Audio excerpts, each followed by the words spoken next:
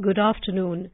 This is All India Radio. I am Valsa Williams and with me is Ramya with the Midday News.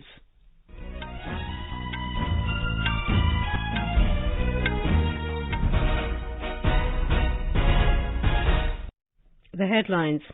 Prime Minister Narendra Modi calls for enhanced BRICS cooperation under the motto of Build Back Resiliently, Innovatively, Credibly and Sustainably in post-COVID global recovery.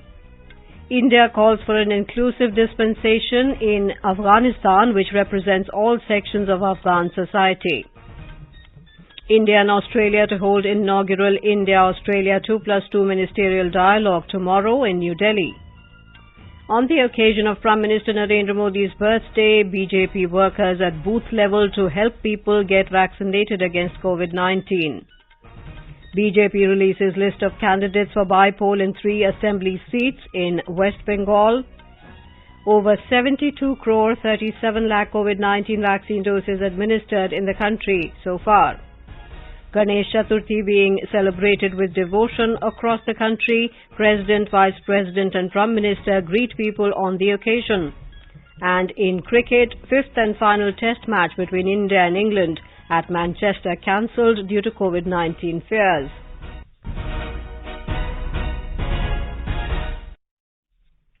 As the nationwide free COVID-19 vaccination campaign at government facilities for those above 18 years is underway, we advise our young listeners to get vaccinated and also help others get vaccinated. We also advise our listeners not to lower their guard as COVID-19 remains a threat to our health. Please stay at home unless it is essential to go out and continue to follow these 3 simple steps. Wear a face mask, maintain 2 gaz ki duri for social distancing, focus on hand and face hygiene. For any COVID-related information and guidance, contact national helpline numbers 011-2397-8046 and 1075. And now the news in detail. Prime Minister Narendra Modi chaired the 13th BRICS Summit virtually yesterday. The theme of the summit chosen by India was BRICS at 15, Intra-BRICS Cooperation for Continuity, Consolidation and Consensus, highlighting the leading role that BRICS countries can play in the post-COVID global recovery. The Prime Minister called for enhanced BRICS cooperation under the motto of Build Back Resiliently, Innovatively, Credibly and Sustainably. The Prime Minister expressed his appreciation for the cooperation received from BRICS partners during India's chairship this year, which allowed the achievement of several new initiatives. Bharat की अध्यक्षता के दौरान हमें सभी BRICS partners में और सभी से भरपूर सहयोग मिला और इसके लिए मैं आप सभी का बहुत बहुत आभारी हूं। पिछले 1.5 दशक में ब्रिक्स ने कई उपलब्धियां हासिल की हैं। आज हम विश्व की उभरती अर्थव्यवस्थाओं के लिए एक प्रभावकारी आवाज है। विकासशील देशों की प्राथमिकताओं पर ध्यान केंद्रित करने के लिए भी यह मंच उपयोगी हो रहा है। ब्रिक्स ने new development bank, contingency reserve arrangement और एनर्जी रिसर्च कोऑपरेशन प्लेटफॉर्म जैसी मजबूत संस्थाओं का सृजन किया है। Elaborating on these themes, the Prime Minister stressed the need for accelerating build back by enhancing speed and accessibility of vaccination, creating resilience by diversifying pharma and vaccine production capacities beyond the developed world, fostering innovation by creatively using digital tools for public good, ensuring reform of multilateral institutions to enhance their credibility, and promoting sustainable development by articulating a common BRICS voice on environmental and climate issues. BRICS leaders have said that Afghanistan should not become a sanctuary for terror groups to attack other countries. India's BRICS Sherpa and Secretary in Ministry of External Affairs, Sanjay Bhattacharya, said there was a very strong consensus that Afghanistan should not become a reason for problems in the neighborhood. The BRICS leaders called for peace and stability in Afghanistan. The meeting was attended by Russian President Vladimir Putin, Chinese President Xi Jinping, South African President Cyril Ramaphosa and Brazil's Jair Bolsonaro. India has called for an inclusive dispensation in Afghanistan which represents all sections of the Afghan society. Addressing the UN Security Council debate on Afghanistan, India's permanent representative to the UN, T.S. Tirumurthy, said a broad-based, inclusive and representative formation through inclusive negotiated political statement would gain greater international acceptability and legitimacy. He said the voices of Afghan women should be heard, aspirations of Afghan children to be realized, and the rights of minorities should be protected. Saying that the humanitarian assistance should be provided urgently to the country, he underlined the need to provide unhindered access to the UN and other agencies in this regard. In a report, United Nations Development Programme UNDP has said that 97% of Afghans could plunge into poverty by mid-2022. The study, which analyzed 4 potential scenarios of escalating intensity and isolation, indicates that real GDP could contract by as much as 13.2%, leading to an increase in poverty rate of up to 25 percentage points. UN Assistant Secretary General and UNDP Director of Regional Bureau for Asia and the Pacific, Kanni Wignaraja, said that half of the population is already in need of humanitarian support. This analysis suggests that Afghanistan is on course for rapid, catastrophic deterioration on the economic front. The UNDP report added, in addition to a prolonged drought and the effects of a COVID-19 pandemic, Afghanistan is contending with the upheaval caused by the current political transition, frozen foreign reserves, collapsing public finances, increasing pressure on the banking system, and rising poverty. In response, UNDP is proposing a package of interventions designed to help improve the immediate living conditions of the most vulnerable people and communities, prioritizing safeguarding women and girls' rights.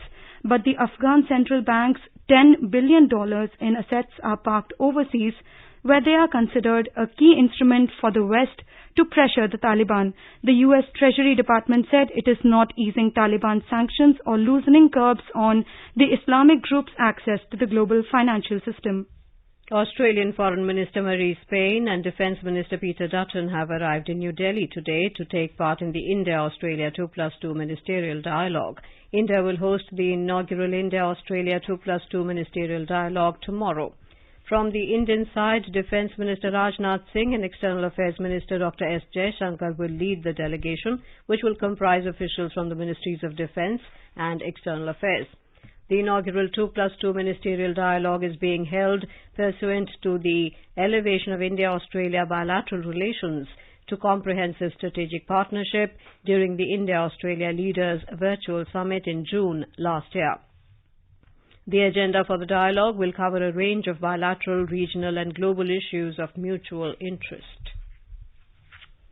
Over 72 crore 37 lakh COVID-19 vaccine doses have been administered in the country so far under the nationwide vaccination drive. In the last 24 hours, more than 67 lakh 58,000 vaccine doses were administered. Around 35,000 new COVID-19 cases were reported, while more than 37,000 people recovered in the last 24 hours. 260 people lost their lives during the period. Till now, more than 3 crore 23 lakh people have recovered from COVID-19. The Union Health Ministry said the COVID recovery rate in the country now stands at 97.49%. The active caseload stands at over 3,90,000. Over 17,87,000 COVID tests were conducted yesterday. So far, 53 crore 86 lakh tests have been conducted in the country. Over 71 crore 94 lakh COVID-19 vaccine doses have been provided to states and union territories so far. The vaccines have been given through the central government free of cost channel and direct state procurement category. More than 7 lakh doses are in the pipeline. The Union Health Ministry said over 5 crore 72 lakh balance and unutilized COVID vaccine doses are still available with the states and union territories. The ministry said the centre is committed to accelerating the pace and expanding the scope of COVID-19 vaccination throughout the country. One dose of COVID-19 vaccine is 96.6% effective in prevention of death against the disease, while with the 2 doses the effectiveness is 97.5%.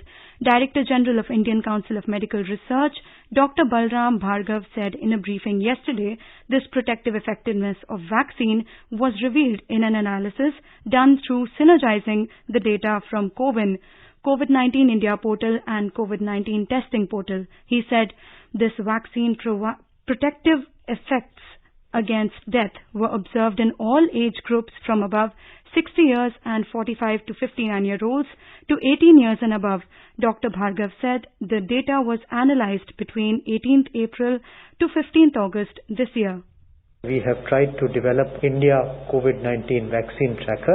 This has been having the data synergies between COVID-19 India portal of Ministry of Health and Family Welfare and COVID-19 testing portal, also ICMR, Department of Health Research and Ministry of Health and Family Welfare. Data have been synergized based on the ICMR identification number and on the basis of mobile numbers, and we have been able to get a vaccine tracker which is going to be online very soon in the Ministry of Health website. Dr. Bhargav added that data has revealed that death among the non-vaccinated people is high, while mortality rate after 2 doses is nearly zero. The ICMR DG said the government is developing a COVID-19 vaccine tracker with synergized data giving a week-by-week update of doses. He said it will be up on the Health Ministry's website in a few days' time. Dr. Bhargav said low-key celebration of festivals should be encouraged to avoid the spread of COVID-19, and responsible travel rather than revenge travel should be practiced. Member Health in Niti Aayog Dr. V.K. Paul said that vaccinating children is not a condition for reopening schools. He said this criterion is not acceptable anywhere in the world. No scientific body epidemiological evidence suggests it as a condition. Union Health Secretary Rajesh Bhushan said the pace of vaccination and coverage is rapidly increasing in the country. He said the average per day dose administered has increased from 20 lakhs in May to 78 lakhs in September this year. The Secretary said this number is expected to rise. BJP President J.P. Nadda has said that on the occasion of Prime Minister Narendra Modi's birthday on the 17th of September, BJP workers at the booth level will help people get vaccinated against COVID-19. Talking to reporters in New Delhi today, the BJP President said the party has trained more than 6,88,000 health volunteers in the last 43 days across the country. He said 2 health volunteers, 1 male and 1 female in each booth, has been trained who will take care of their respective booths. He added the volunteers will motivate people for vaccination. 17 तारीख को यशस्वी प्रधानमंत्री जी के जन्मदिन के अवसर पर विशेष आह्वान पर हमारे कार्यकर्ता बड़ी संख्या में वैक्सीनेशन में अपना योगदान करेंगे और हर बूथ से कोई भी व्यक्ति वैक्सीनेशन में छूट न जाए, इसका हम एक एग्जॉस्टिव प्लानिंग के साथ 17 तारीख की तैयारी करेंगे. CoWIN has developed a new application programming interface called Know Your Customers or Clients Vaccination Status KYCVS. This will enable entities to check an individual's status of vaccination through CoWIN. To use this API, an individual needs to enter his or her mobile number and name. Thereafter, they will get an OTP which they have to enter. In return, CoWIN will send a response to the verifying entity on the individual's status of vaccination. If the response of CoWIN 0 means person is not vaccinated, 1 person is partially vaccinated, and 2 person is fully vaccinated. This response will be digitally signed and can be shared instantly with the verifying entity. You are listening to the Midday News on All India Radio. A reminder of the headlines before we move on. Prime Minister Narendra Modi calls for enhanced BRICS cooperation under the motto of Build Back Resiliently, Innovatively, Credibly and Sustainably in Post-COVID Global Recovery. India calls for an inclusive dispensation in Afghanistan which represents all sections of the Afghan society. India and Australia to hold inaugural India-Australia 2+2 ministerial dialogue tomorrow in New Delhi. On the occasion of Prime Minister Narendra Modi's birthday, BJP workers at booth level to help people get vaccinated against COVID-19. BJP releases list of candidates for by-poll in 3 assembly seats in West Bengal. Over 72 crore 37 lakh COVID-19 vaccine doses administered in the country so far. Ganesh Chaturthi being celebrated with devotion across the country. President, Vice President and Prime Minister greet people on the occasion. And in cricket, fifth and final test match between India and England at Manchester cancelled due to COVID-19 fears. For quick news updates round the clock, follow us on our Twitter handle @AIR News Alerts. चलो मिलकर एक शुरुआत करें, चलो एक फैसला आज करें, मास्क नहीं तो टोकेंगे, कोरोना को रोकेंगे, चलो एक इरादा करते हैं, चलो कुछ वादा करते हैं, मास्क नहीं तो टोकेंगे, कोरोना को रोकेंगे। स्वाधीनता आंदोलन के दौरान भारतीय जनमानस को उत्प्रेरित कर स्वतंत्रता का अलख जगाने और मातृभूमि के प्रति सेवा, समर्पण और त्याग की ज्वाला प्रज्वलित कर देने वाले अमर गीतों पर आधारित विशेष कार्यक्रम आजादी के तराने सुनना न भूलें। FM गोल्ड 100.1 मेगाहर्ट्ज पर प्रत्येक शुक्रवार शाम 4:45 पर परिक्रमा कार्यक्रम के अंतर्गत आजादी के तराने सिर्फ आकाशवाणी पर। Welcome back to the Midday News. BJP has released the list of its candidates for by-polls to 3 assembly seats in West Bengal. The party has fielded Priyanka Tebriwal from Bhawanipur assembly seat against West Bengal Chief Minister Mamata Banerjee, while BJP candidate Milan Ghosh will contest from Shamsherganj and Sujit Das from Jongipur assembly seat.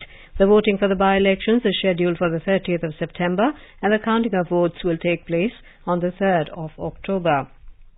In the Union Territory of Jammu and Kashmir, the police yesterday detained 4 illegal Bangladeshi immigrants at Lakhanpur, the gateway to the J&K in Kathua district of Jammu division. The Lakhanpur is the border of Jammu and Kashmir and Punjab. The police said after thorough verification, the detained persons were found to be illegal immigrants from Bangladesh.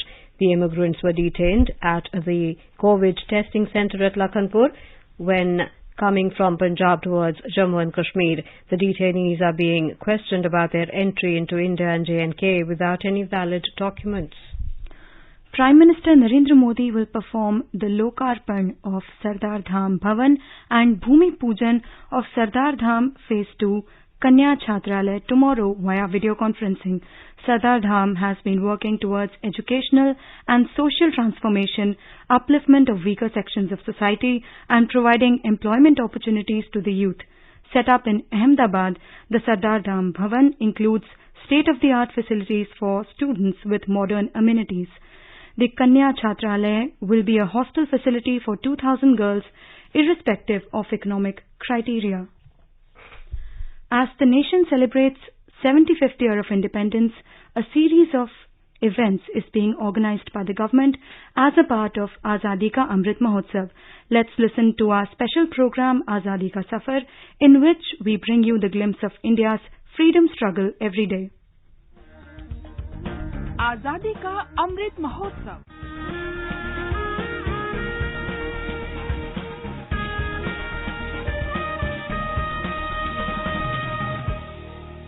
आजादी का सफर with AIR News. India's glorious fight for freedom is one of the greatest struggles the modern world has ever witnessed. AIR News brings you a glimpse of the valiant struggle every day. In today's episode, we will talk about two great sons of the soil, Bhaga Jatin and Govind Ballabh Pant. This day in 1915, one of the fiercest freedom fighters of his times, Jatindranath Mukherjee, had the final battle with the British and was martyred. Jatindranath was born in the Kushtia subdivision of Nadia district of undivided Bengal, in what is now Bangladesh. Jatin loved all Indians irrespective of class or caste or religions, right from his early days. Once, to save the villagers, Jatin fought hand-to-hand with a man-eating Royal Bengal tiger for 3 hours and killed the tiger with a Gorkha dagger. This is how he came to be known as Bagha Jatin. As a college student, Jatindranath joined a relief camp organized by Sister Nivedita. Sister Nivedita introduced Jatin to Swami Vivekananda. Vivekananda instructed Jatin to take up the mission to serve the motherland. The nation was seething with discontent against the British Raj. It was Sri Aurobindo who trusted Jatin to create a secret society. That secret society was known as Jugantar, and Bagha Jatin became its commander-in-chief. Jatin's clarion call, Amra Morbo, Jogat Jogbe, meaning we shall die to awaken the nation, evoked the currents of Indian nationalism. Jatin inspired many young minds, including Ras Bihari Bose, who described Jatin a real leader of men with fiery energy and personality. In the year 1914, when the First World War broke out, Jatin approached the German Crown Prince for the delivery of arms for his fight against the British. M.N. Roy was asked to coordinate with the Germans for the arrival of the shipment. Jatin, along with his followers, was hiding near Balasore, where the shipload of arms from Germany was planned to be received. But the information of this consignment was leaked by an Irish agent and the British attacked them. While the British side was armed with highly sophisticated rifles, Jatin and his team fought with pistols. Jatin and his followers fought hard.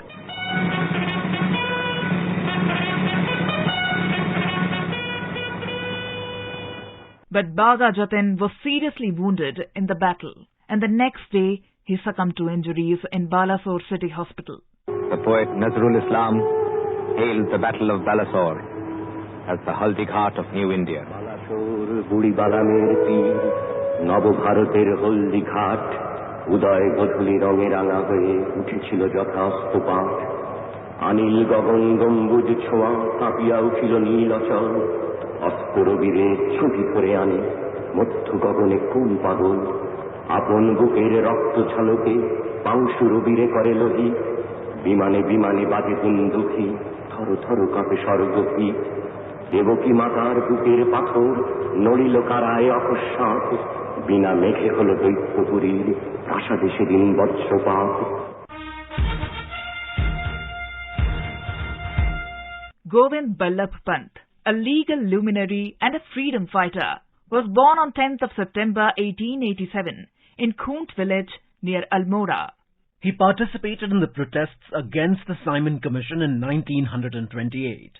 Pant was targeted by the police and he sustained severe injuries which prevented Pant from straightening his back for the rest of his life. He was imprisoned many times during freedom struggle. In 1930, Pant was arrested and imprisoned for several weeks for organizing the Salt March. He was again arrested in 1933 and remained in jail for 7 months for attending a session of the Provincial Congress. Again in 1940, Pant was imprisoned for helping organize the Satyagraha, and in 1942, he was sent to Ahmednagar jail for 3 years for signing the Quit India resolution. After independence, Govind Ballabh Pant served as the first Chief Minister of Uttar Pradesh. He left for his heavenly abode on the 7th of March 1961 at the age of 74, while still in office as the Home Minister of the country. That brings us to the end of this episode of Azadi Ka Safar AIR News ke Sang. See you in the next episode tomorrow.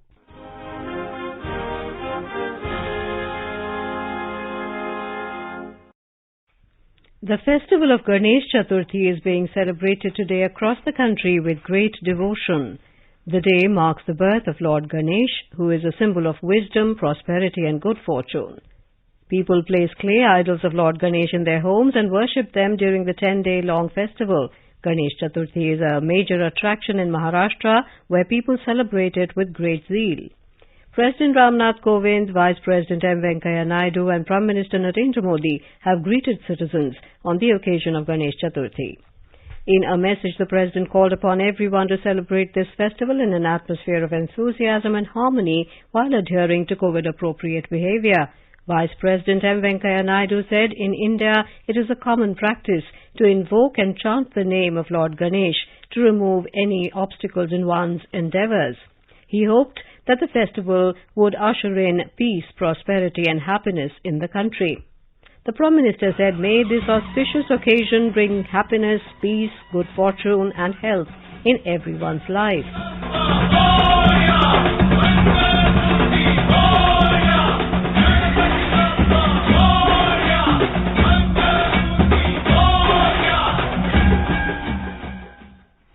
Amidst the COVID-19 pandemic and several restrictions, the 10-day Ganesh Festival started in Mumbai and other parts of Maharashtra today. The Maharashtra government has appealed to citizens to celebrate the festival with simplicity and patience, avoid crowding and follow guidelines issued by it due to the ongoing COVID-19 situation in the state. Due to the ongoing pandemic, the celebrations are low-key for the second consecutive year. Mumbai Police has imposed Section 144 as a precautionary measure to avoid public gathering. A report.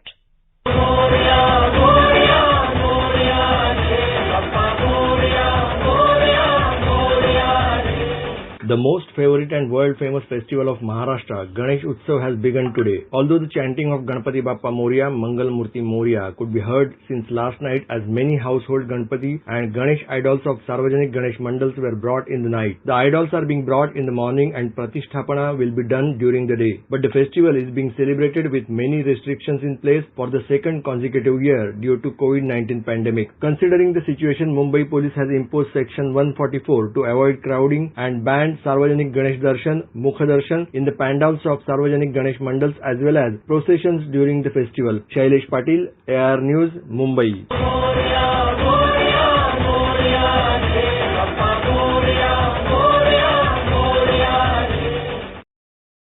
The festival of Ganesh Utsav is being celebrated with the COVID protocol in Madhya Pradesh. Ganesh pandals are being set up according to guidelines issued by the State Home Department. The fifth and final test between India and England at Old Trafford in Manchester has been called off due to COVID-19 fears in the Indian camp today, just hours before the scheduled start of the play. England and Wales Cricket Board has issued an official statement confirming the cancellation of the match. The development came after a meeting between officials of the Board of Control for Cricket in India and the ECB less than 3 hours before the toss was scheduled to be held. The visitors, led by Virat Kohli, are leading the series 2-1.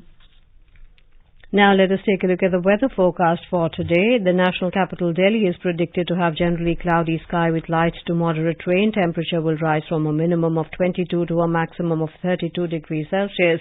Mumbai will have a generally cloudy sky with moderate rain and the temperature will hover between 25 to 30 degrees. Chennai will have a generally cloudy sky with light rain. Maximum temperature expected to be 34 degrees. It recorded a minimum of 26. Kolkata will have a partly cloudy sky with possibility of moderate rain or thunderstorm. It had a minimum temperature of 28 degrees, maximum expected to be around 35. Hyderabad will have generally cloudy sky with light rain, maximum temperature expected to be 31 degrees Celsius. It recorded a minimum temperature of 22 degrees. Bangalore will have a generally cloudy sky, maximum temperature expected to be 20 degrees. It recorded a minimum of 29 degrees. Guwahati will have a partly cloudy sky with possibility of development of thunder and lightning with temperature rising from a minimum of 26 to a maximum of 36 degrees. Imphal will have a generally cloudy sky with 1 or 2 spells of rain or thunder showers. It recorded minimum temperature of 22 degrees. Maximum will be around 32. Shillong will have generally cloudy sky with 1 or 2 spells of rain or thunder showers, as also Aizawl and Kohima. And now before we end the bulletin, the headlines once again. Prime Minister Narendra Modi calls for enhanced BRICS cooperation under the motto of Build Back Resiliently, Innovatively, Credibly and Sustainably in Post-COVID Global Recovery. India calls for an inclusive dispensation in Afghanistan which represents all sections of Afghan society. India and Australia to hold inaugural India-Australia 2+2 ministerial dialogue tomorrow in New Delhi. On the occasion of Prime Minister Narendra Modi's birthday, BJP workers at booth level to help people get vaccinated against COVID-19. BJP releases list of candidates for by-poll in 3 assembly seats in West Bengal. Over 72 crore 37 lakh COVID-19 vaccine doses administered in the country so far. Ganesh Chaturthi being celebrated with devotion across the country. President, Vice President and Prime Minister greet people on the occasion. And in cricket, 5th and final test match between India and England at Manchester cancelled due to COVID-19 fears. And with that, we end the midday news.